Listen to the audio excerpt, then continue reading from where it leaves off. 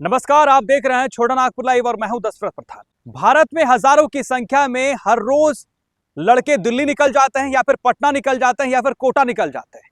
वजह एक रहता है कि सरकारी नौकरी की तैयारी करनी है, सरकारी नौकरी चाहिए, या फिर कुछ लड़के ऐसे होते हैं जो नीट की तैयारी करते हैं और वगैरह वगैरह जो है। लेकिन मेन मकसद होता है सरकारी नौकरी हासिल करना। और सरकारी नौकरी क्यों चाहते हैं लोग? चाहते हैं स्टेबिलिटी के लिए, कि स्टेबल बनी रहे।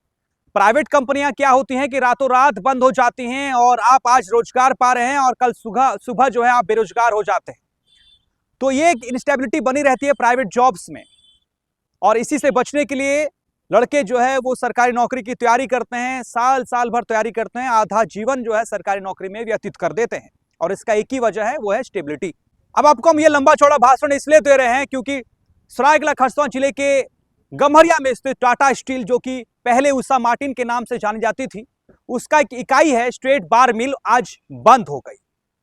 जब टाटा स्टील ने उषा मार्टिन का अधिग्रहण किया था तो यह वादा किया था कि यह कंपनी बंद नहीं होगी और यहां जो भी काम कर रहे हैं लोग वे काम करते रहेंगे, उनकी रोजी रोजगार चलती रहेगी। इस बीच अचानक कल कंपनी को बंद कर दिया गया। ऐसे में मजदूर कल तक जो रोजगार पाते थे आज वो बेरोजगार हो चुके हैं। अब उनके ऊपर बेरोजगारी का जो घंटा है वो लटक रही है।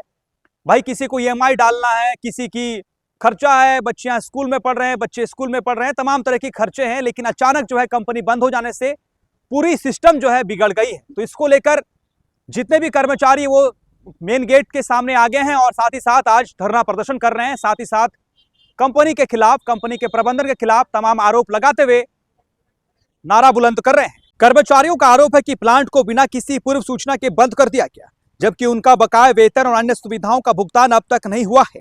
इससे सैकड़ों मजदूरों के सामने रोजगार और भविष्य का संकट खड़ा हो गया है। बताया जा रहा है कि टाटा स्टील द्वारा अधिग्रहण के समय ये आश्वासन दिया गया था कि प्लांट का संचालन जारी रहेगी और किसी भी कर्मचारी की नौकरी नहीं जाएगी। फिलहाल ये इकाई वेंडर कंपनी आरके एंटरप्राइजेस के माध्यम से संचालित हो रही थी, जिसमें बड़ी संख्या में श्रमिक कार्यरत थे। पिछले कुछ दिनों से प्लांट की गतिविधियां बंद होने की चर्चाओं के बीच श्रमिकों में असुरक्षा की भावना बढ़ती जा रही थी, जो बुधवार को प्रदर्शन के रूप में सामने आई। प्रदर्शन के दौरान मजदूरों ने अन्याय बंद करो जैसे नारे लगाते हुए अपना आक्रोश जाहिर किया। स्थिति की गंभीरता को देखते हुए टाटा स्टील के मानव संसाधन विभाग के वरिष्ठ अधिकारी मौके पर पहुंचे और श्रमिक प्रतिनिधियों से प्राथमिकी वार्ता की। प्रबंधन ने बकाया भुगतान और श्रमिकों के भविष्य को लेकर समाधान निकालने का आश्वासन दिया है, लेकिन कर्मचारी फिलहाल ठोस निर्णय की मांग पर अड़े हुए हैं। अब देखने वाली बात यह होगी कि टाटा स्टील प्रबंधन इस मामले में कब तक ठोस फैसला लेकर कर्मचारियों को राहत देता है। साल ठेका लिए थे, नए वर्करों की जरूरत पड़ी थी उनको ठेका बोला था कि 2 घंटे पहले अगर नहीं मिलेगा लेबर तो ठेका नहीं मिलेगा, तो नए वर्करों को यहाँ दिया गया था। टाटा स्टील का नियम है सेफ्टी, पहले वहाँ क्या है कि सेफ्टी रूल फॉलो किया जाता है। ना हम लोग के पास गेट पास बना था, ना कोई अथॉरिटी था टाटा स्टील में। यहाँ हम लोग को घुसाया गया, हम लोग को मिल पे दिया गया, हम लोग लोहा लगाए,